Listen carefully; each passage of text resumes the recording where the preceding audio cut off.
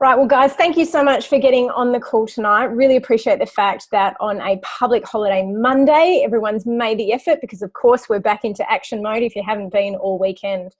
Your NMDs, most of who are on the call tonight, have had the opportunity for the last 45 minutes to be listening to an absolute legend in the Juice Plus community, Mr. Jeff Roberti. So just a little bit of background. Jeff has been with the company for over 30 years. In fact, he was with the company back when it was NSA. And Jeff is classified as the highest money earner in our company globally. In fact, in the history of our company, and our company goes back 45 years, Jeff is the biggest money earner. And in fact, he started with the company back when they were selling water filters, so before Juice Plus was even around. But just to make you understand the hugeness of this man, he has sponsored 41 frontline NMDs in his lifetime. He's worth well over $100 million, and this man is still in building mode. So just to give you a little tip over the next 30 minutes, we're going to open the line now to a few of our NMDs who got some absolute gems from Jeff. And I'm going to start with Kim. I'll unmute you, Kim. Share with us what big gold nugget you learned. Hi guys. Oh my God, it was amazing. I'm so grateful to be able to be on that call. There were so many things to take away, but one of the biggest things that Jeff was talking about, and it makes so much sense, is there's 4 phases that you can be in when you're working this business. So we're all working in either one of these phases. And the first phase is production phase. So this is a phase where you're going out there, you're putting on new customers, you're putting on your team, you're doing the networking. It's the fun stage. It's what you do when you first get started, right? So there's phase 1. The phase 2 is management stage. And this happens where we start to build a team and then we start to manage our team. And instead of us being in production phase, putting on new customers, a new team, we're just trying to control our team members. And then what happens is they see us doing the management phase, so then they start to duplicate management through their team, and then we end up in phase 3, which is the overseer phase. And I laughed at this. It's so funny because I've been there so much, where because I was in management phase and my team started duplicating management phase, no one was producing new customers or new team. I had to then oversee everything to make sure everything was going okay, and then I was just overloading myself. And I know a lot of us who have big teams in this business definitely get into overseer phase. And then you have the overseer phase and you get caught up in the drama of everyone's life and everything that's going on. You've then become the overseer of the overseers. And I wrote notes on this. Like, this is where you feel like you need to take a break, you need to take a holiday, you're overwhelming yourself with everything. And you kind of lose the fun. And I was like, oh my gosh, I relate with this so much, because I have definitely been there where I want to take a holiday from a business that gives me a holiday lifestyle. So it's so good to know that, you know, to bring back the fun, guys, we need to be in production phase, phase 1, get back there. And every single one of our team members are independent franchisees. We can hold hands, but we don't need to do business for other people. We've got to do business for ourselves. So yeah, in a nutshell, they're the things that's the biggest thing I took away from that call. Fabulous. Yeah, I think we all got a lot out of that, Kim. Thank you. Carla, I'm going to flip over to you now, my friend. I've just unmuted. I've unmuted you at the same time as you did. What was your big gold nugget? Okay, so I've heard this one before, but it's, well, there's 2. I'm just going to quickly overlap. So the first one I love, which is you don't have to do 1,000 things. You just need to do a handful of things well and do them 1,000 times over. And I really resonate with this because it reminds me of that whole philosophy of, I did not walk 1,000 miles. I walked 1 mile 1,000 times. And it's just flipping on how you look at it. And it's so true. We talk about it all the time. It's just a handful of the high-yielding tasks that you need to do over and over consistently. There's my word again, consistently, all the time, and get good at them. So I love that one. And the second one is, which is so true again, it's not what you say, but it's how you feel about it. And that's what people connect to. You can't sit there and be like, I'm so excited about this. So, yeah, I really believe in Juice Plus and blah, blah. That's not going to entice people. So get really excited about what you're sharing, what you're doing, where you're at in life and everything you do, because it's a feeling. It's an attraction market for a reason. So they were my 2 gold lines again that I loved. Yeah, beautiful job, Carla. Thank you. And I definitely wrote those ones down too. Bronnie, I'm going to flip to you now. I've just unmuted you. I'm just going to pin you. You're the queen of the one-liners. I know you have a few one-liners that you'd like to share. Oh, look, I've got pages of one-liners that I really enjoy because, you know, one of his mentors was Jim Rohn. But the one that really stood out to me tonight was the finish line is the starting line. And I really, really liked that. And he basically said, go back to your production stage. Always go back to the beginning. And I love this, and I think we all need to really take notice of this one, and it is gift your team their independence. That to me is really important for you to grow and for your team to grow. When you stay in production, that is when you have lots of fun, you're serving, you become that servant heart, and you become that leader that is showing the team how to do this business. And look, I could go on and on, but that I'm finished. You could go on. Hey, I saw Naomi on there. Naomi, thank you so much for staying on this call, because I think it's about 11 o'clock at night your time. Naomi, I've just unmuted you. What are your big key nuggets?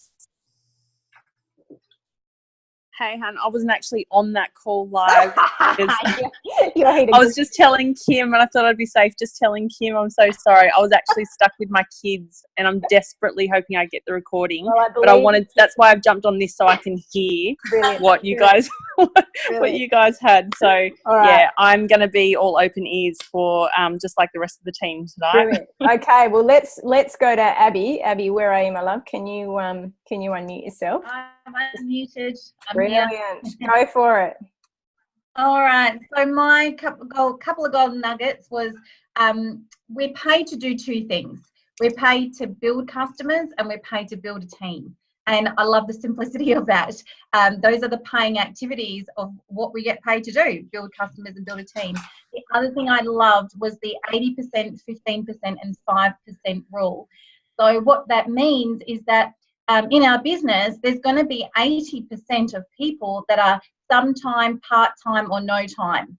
And these make up 80% of our business. So who is it that we need to just keep drip feeding and loving on, and, you know, not necessarily that are going to be gun-ho into the business. These are 80% of our business. There's 15% of our business that will then go to the high level. So those are our SCs, SSCs, QNMDs in the business.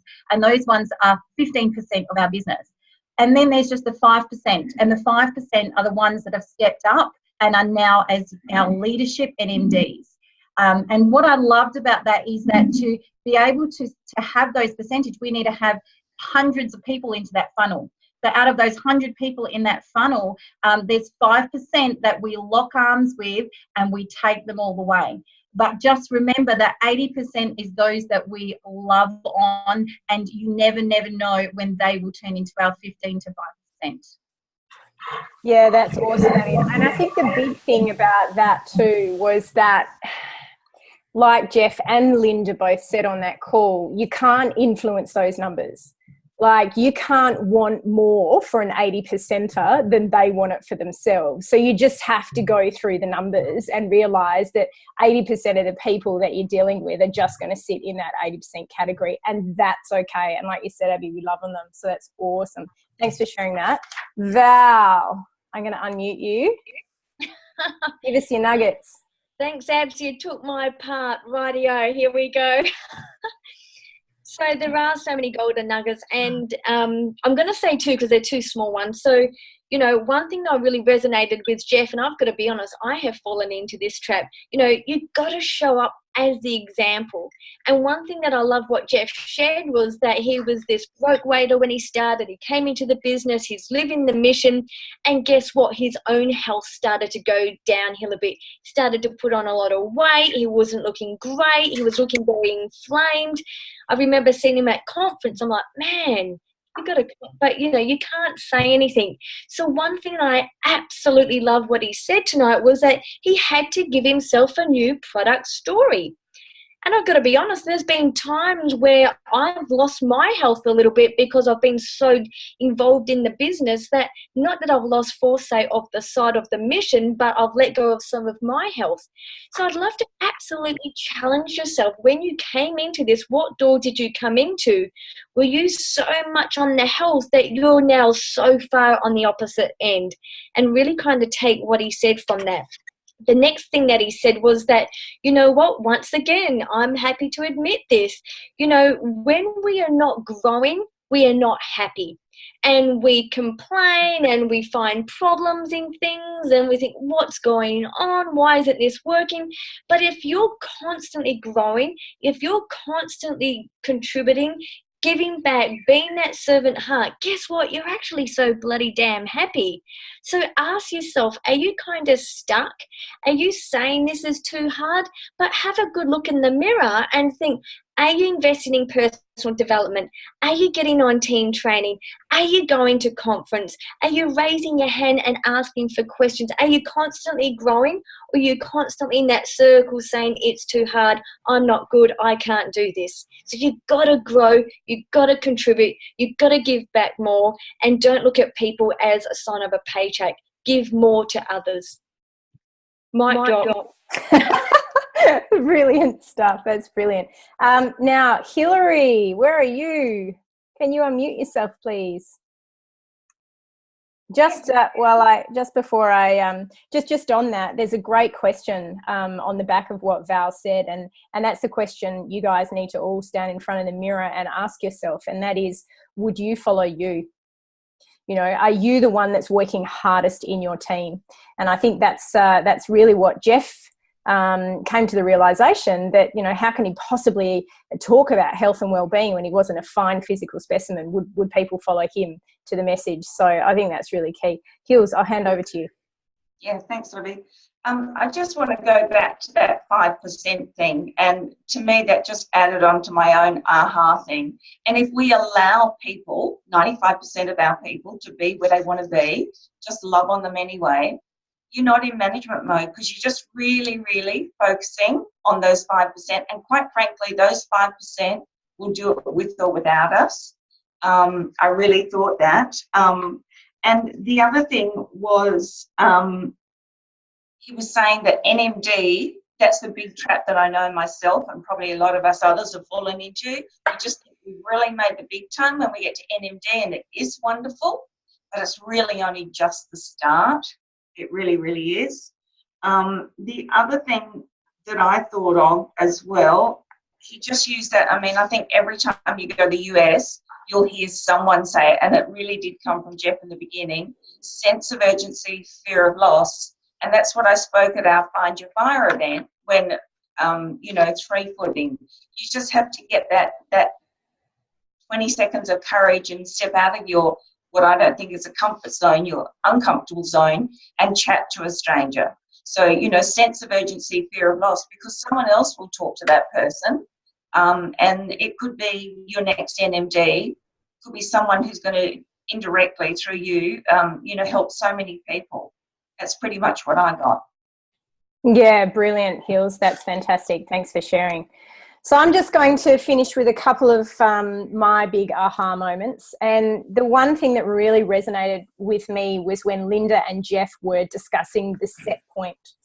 And what the set point is, and it's common in all aspects of business and in all aspects of life, is that you believe where you think you belong.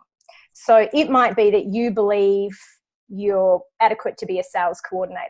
And you might reach that sales coordinator, and then you might think, okay, well, I want to go beyond sales coordinator, but because you only believe you're at the level of sales coordinator, you actually elasticize back to that and you sabotage yourself.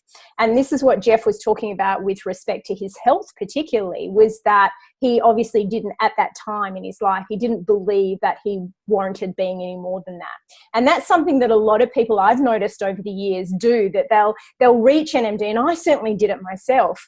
You reach NMD, but you don't actually think you're worth more than that. And so you just kind of keep penduluming back to that NMD, and you don't take yourself beyond that. So Linda asked Jeff the question, how do we keep stretching and growing?